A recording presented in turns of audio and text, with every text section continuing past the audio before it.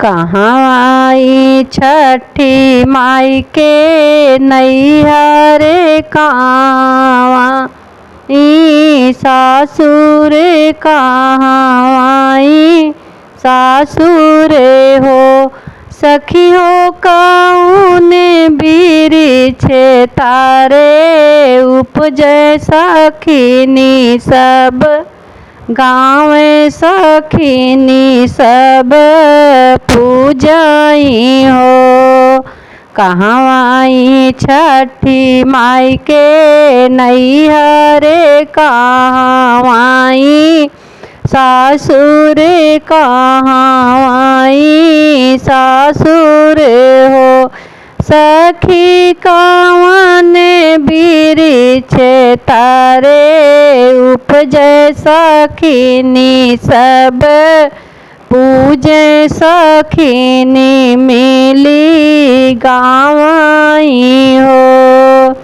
गोकुला में छठी माई के नैहरे मथुरा में सासुर मथुरा में सासुर हो सखी हो महुआ बिरिछी तारा उपजे सखिनी सब पूजे सखिनी सब गाँव आई हो। गोकुला में छठी माई के नैहरे मथुरा में सासुर मथुरा में सासुर हो सखी हो महुआ बिरिछी तारा उपजे सखिनी सब पूजे सखिनी सब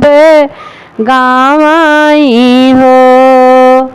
केहू का दीही माई दुई लाल केहू का चार लाल केहू का चार लाल हो सखी हो केहू हो सखी हो हमाहू बा झिनिया राहन ठाढ़ सखिनी सब पूजे सखिनी सब पूजाई हो।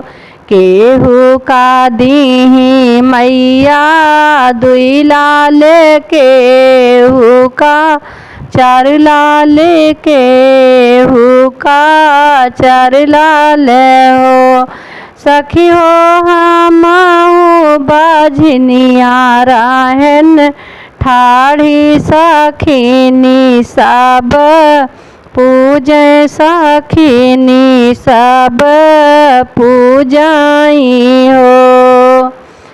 जाओ ना बेटी तू अपने घर अपने ससुर घर अपने ससुर घर हो बेटी आजू के नावाए माही ना लालन तोरे होई है लालन तोरे होई हई हो बेटी आजू के नावाए माही ना लाला तोहरे होई है लालन तोहरे होई हई हो।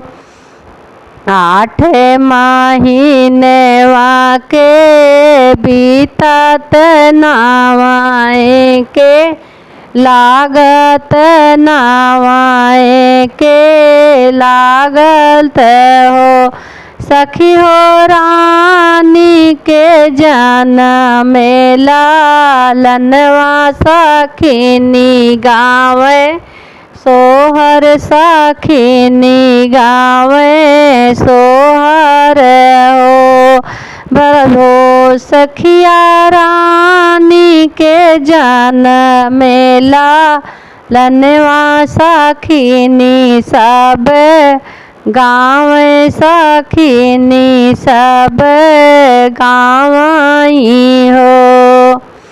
लागल भादौ माहिनवाई छठी माई के दिनवा हो छठी माई के दिनवाई हो।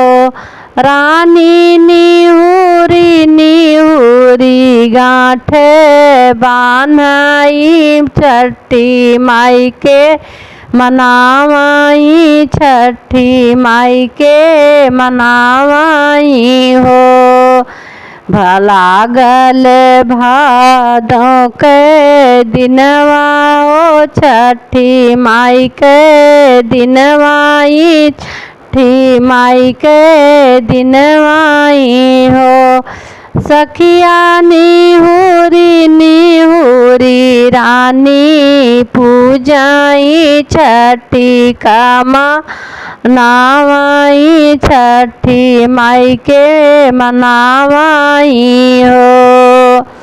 जुग जुग बाढ़े माई ललनाया मार हमर सजनाया मार हमार सजनाई हो।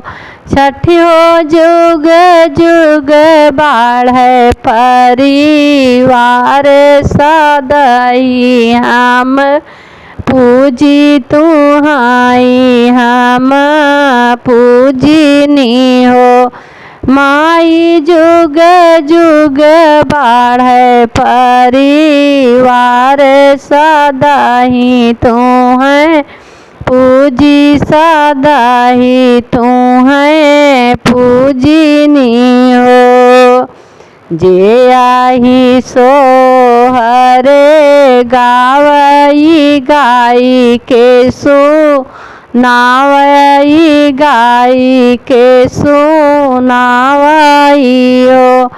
सखी हो मंगल मंगल सब पावै बैकुंठ धाम पावै बैकुंठ धाम पावई हो।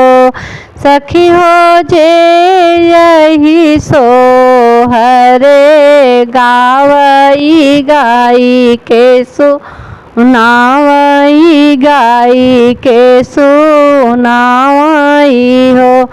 सखी हो सब कुछ मंगल पावे परम सुख जाए परम सुख पावई हो।